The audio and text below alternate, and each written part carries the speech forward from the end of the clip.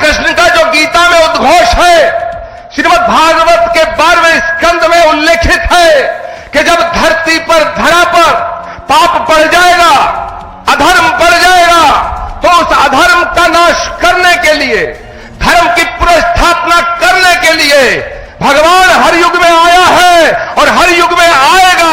तेजस्वी, ओजस्वी और तपस्वी प्रधानमंत्री श्री नरेंद्र मोदी जी का इस कल्कि धाम की पावन धरा पे मुझे स्वागत करने के लिए कहा गया है। माननीय प्रधानमंत्री जी, जिंदगी में कभी कभी ऐसे पल आते हैं जब शब्द खो जाते हैं, वाणी थम जाती है। शबरी के पास बेर थे, विदुर के पास साग था, लेकिन हमारे पास तो आपका स्वागत करने के लिए सिवाय भावनाओं के, पुष्पों के कुछ भी नहीं है, कुछ भी नहीं है।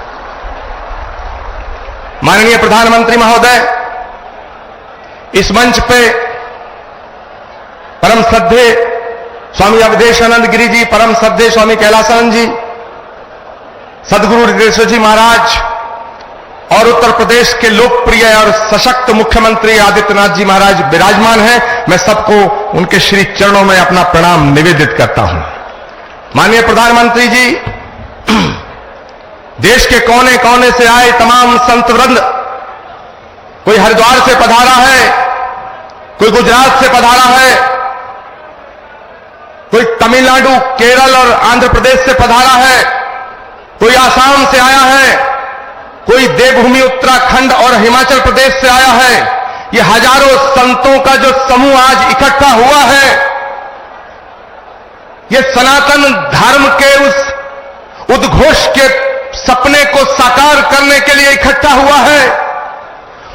वो सपना जो 18 वर्ष पूर्व एक संकल्प के रूप में हमने देखा था, वो सपना जो ऋषि मुनि महात्माओं ने, त्यागी तपस्वियों ने आदिकाल से लेकर आज तक देखा कि पुराणों का उद्घोष है कि जब जब धरती पे अधर्म बढ़ता है, सज्जनता पर खतरा उमड़ता है,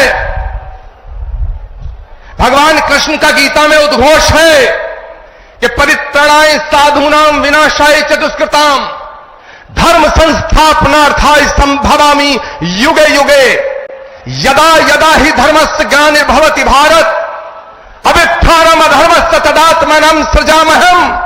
भगवान कृष्ण का जो गीता में उद्घोष है, श्रीमद् भागवत के 12वें स्कंद में उल्लेखित है कि जब धरती पर, धरा पर पाप बढ़ जाएगा, अधर्म बढ़ जाएगा, तो उस अधर्म का नाश करने के लिए, धर्म की पुनर्स्थापना करने के लिए भगवान हर युग में आया है और हर युग में आएगा। इसीलिए संस्कृत का श्लोक श्रीमद् भागवत में संभल ग्राम मुखस्य ब्राह्मणस्य महात्मना भवने विष्णु यशस्य कल्कि प्रादुर्भविष्यति।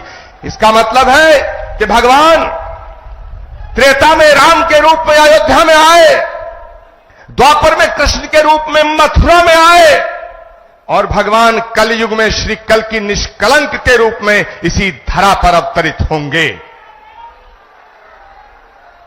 माननीय प्रधानमंत्री जी महोदय, भगवान जहां आता है वो धरा धाम बन जाती है।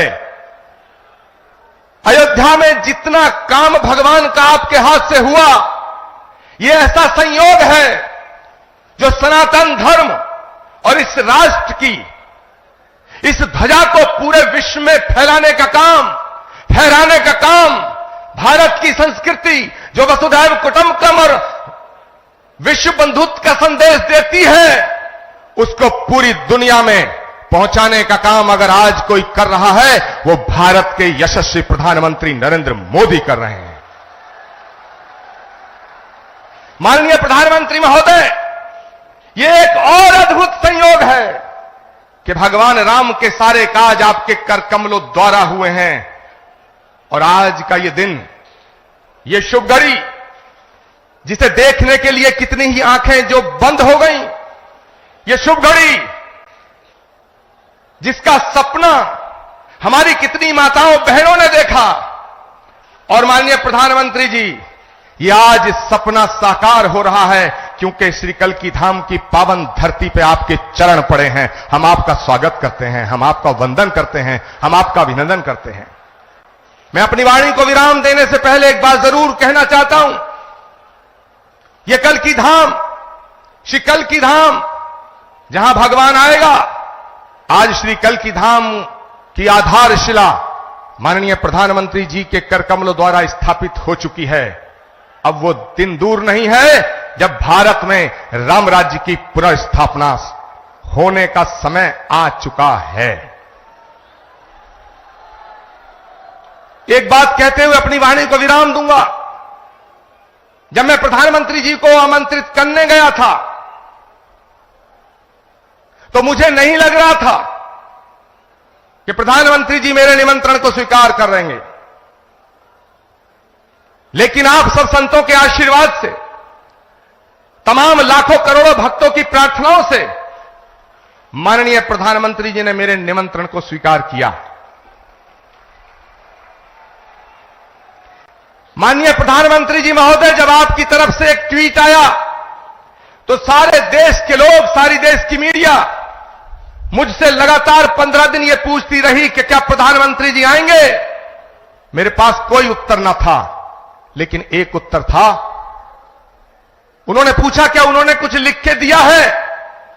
मेरे पास आपका लिखा हुआ कोई पत्र नहीं था। मैंने उस उत्तर में सिर्फ इतना कहा, जैसे शबरी को विश्वास था कि राम आएंगे,